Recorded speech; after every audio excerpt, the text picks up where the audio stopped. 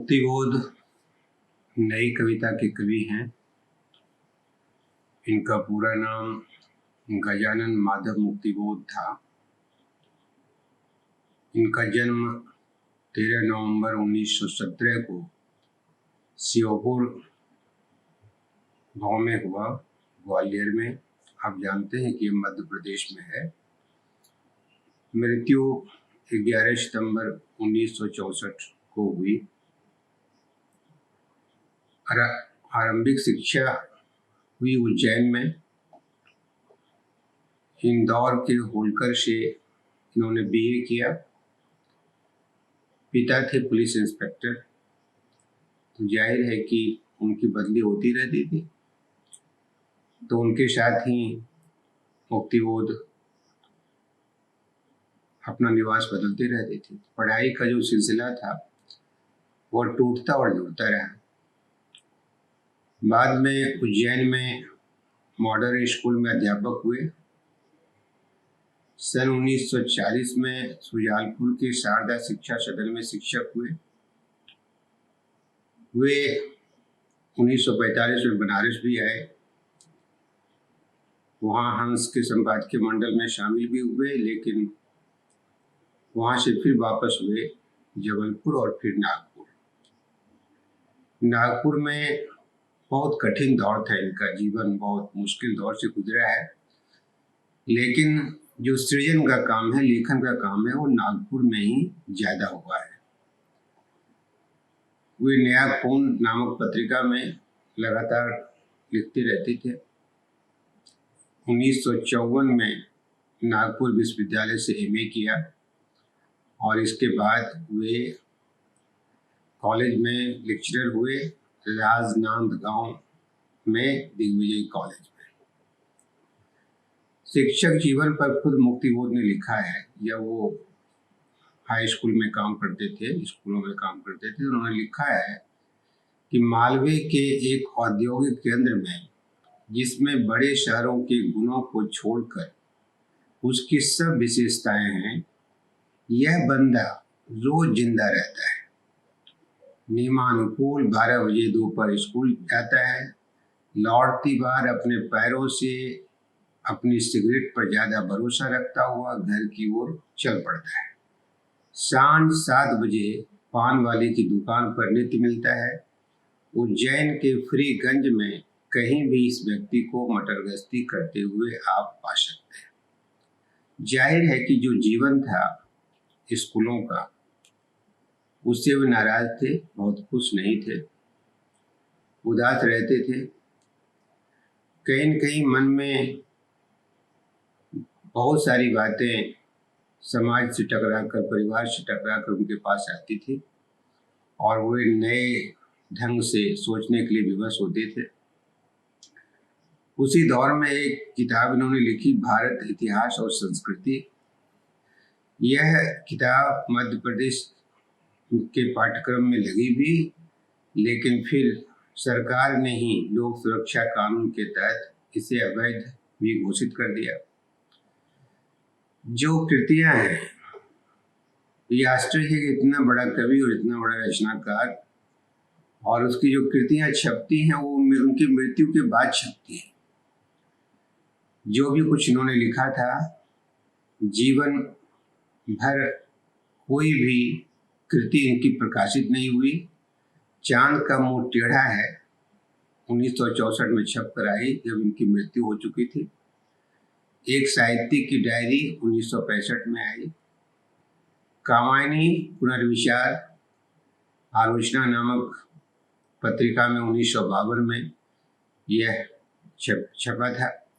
नई कविता का आत्मसंघर्ष 1968 में, काठ का सपना 1966 में, और बाद में राजकमल प्रकाशन ने 5 जिल्दों में इनकी तमाम रचनाओं को संकलित रूप से छापा है।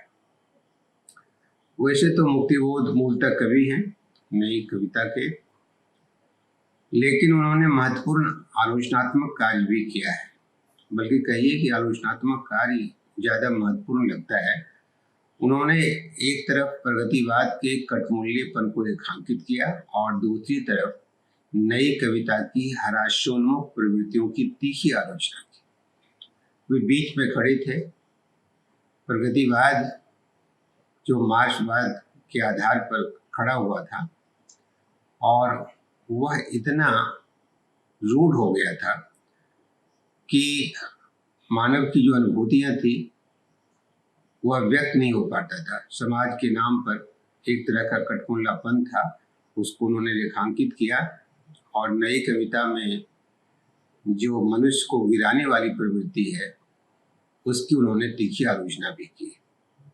जयशंकर प्रसाद पर, शमशेर बहादुर सिंह पर, कुंवर नारायण पर उन्होंने विचारोत्तेजक आलोचना की। काव्य की सृजन प्रक्रिया पर विस्तार से लिखा और फैंटेसी का गहन विवेचन किया।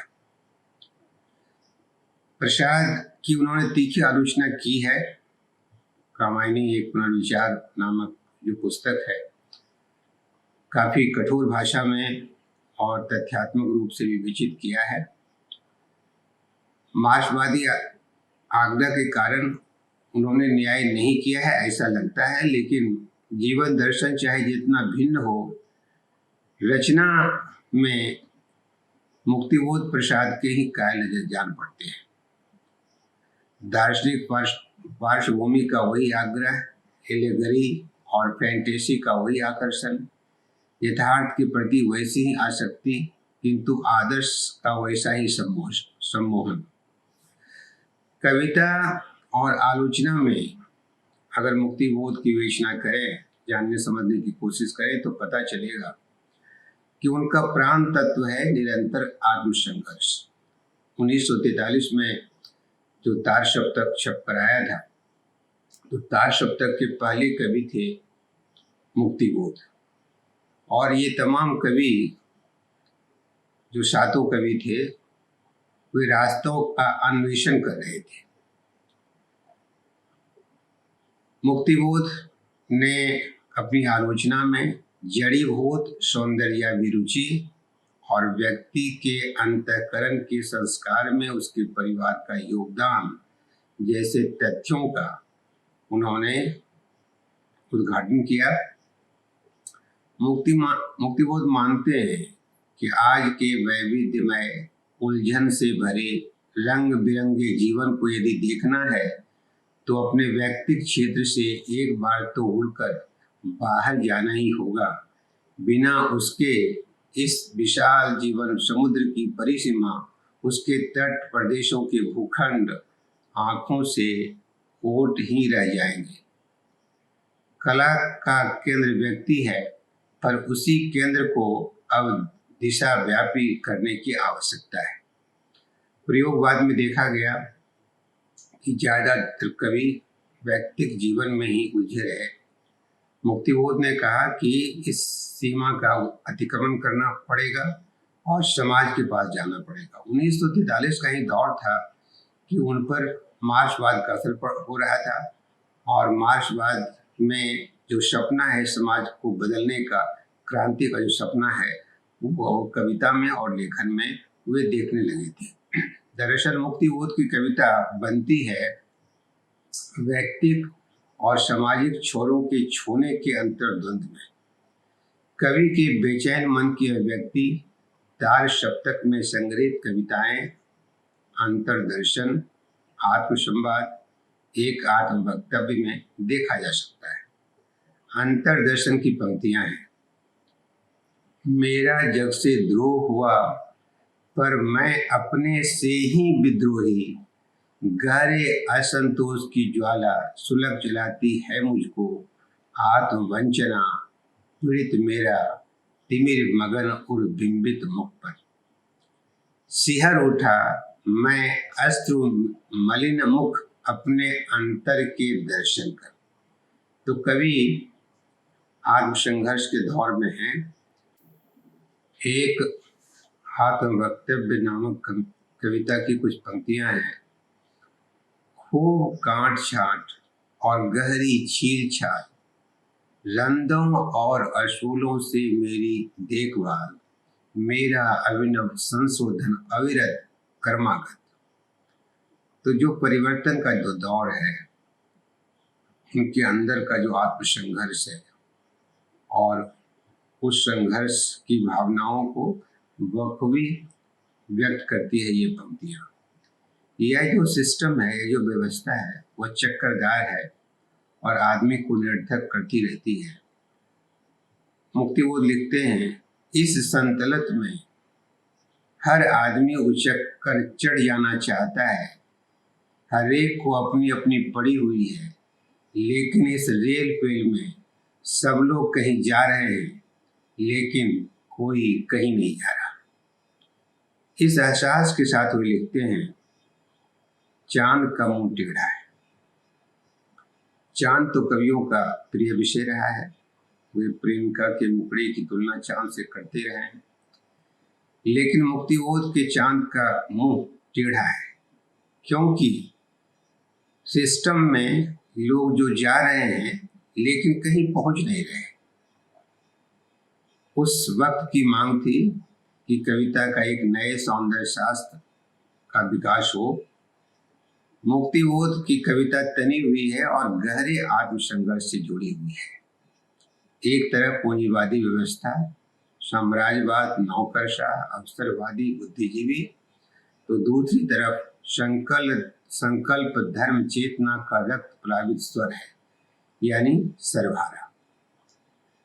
कवि की ख्वाहिश है, समस्या एक, मेरे सब नगरों में और ग्रामों में सभी मानव सुखी, सुंदर और शोषण मुक्त कब होंगे। यह चिंता है कवि की कि मानव जिस दौर में है, इन समस्याओं से जूझ रहा है, उसमें वह कब सुखी, सुंदर और शोषण मुक्त होगा।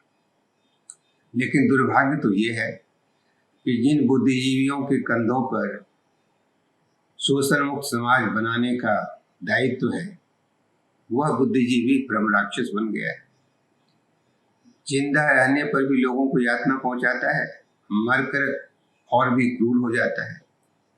अपने लिए ही वह ट्रेजेडी है, वह दुखांत है। आत्मचेतस इतना है कि लगता है कि उसे चांद और सूरज प्रणाम करते हैं, लेकिन समाज से कटा हुआ यह बुद्धिजीवी बंद कोठरी में गणित हल करते हुए मर गया है। वह बावड़ी में घुसकर देह की मैल धोता है, लेकिन फिर भी मैल रह जाती है। तो ब्रह्म राक्षस काफी लंबी कविता है और बुद्धिजीवियों के बारे में है। एक कविता है, मैं तुम लोगों से दूर हूँ। कविता में अपनी व्यवस्था यूं अभिव्यक्त करते हैं, फिर भी मैं अपनी सार्थकता में क्षुण्ण हूँ, विष से अप्रसन्न हूँ, इसलिए कि जो है उससे बेहतर चाहिए। पूरी दुनिया साफ करने के लिए मेहतर चाहिए, वह मेहतर मैं हो नहीं सकता। मेहतर बनना निम्न वर्गीय चेतना से लैस होना कवि के लिए आसान नहीं है। अंधेरे में मुक्तिबोध की लंबी कविता है, चर्चित कविता भी है, बार बार इसका जिक्र होता है, महाकाव्यात्मक इसका स्वर है। कवि के भाव, उनकी अनुभूतियां, उनकी संवेदनाएं, उनका इंद्रिय बोध और उनकी विचारधारा, सारा कुछ अभिव्यक्त हुआ है इस कविता में।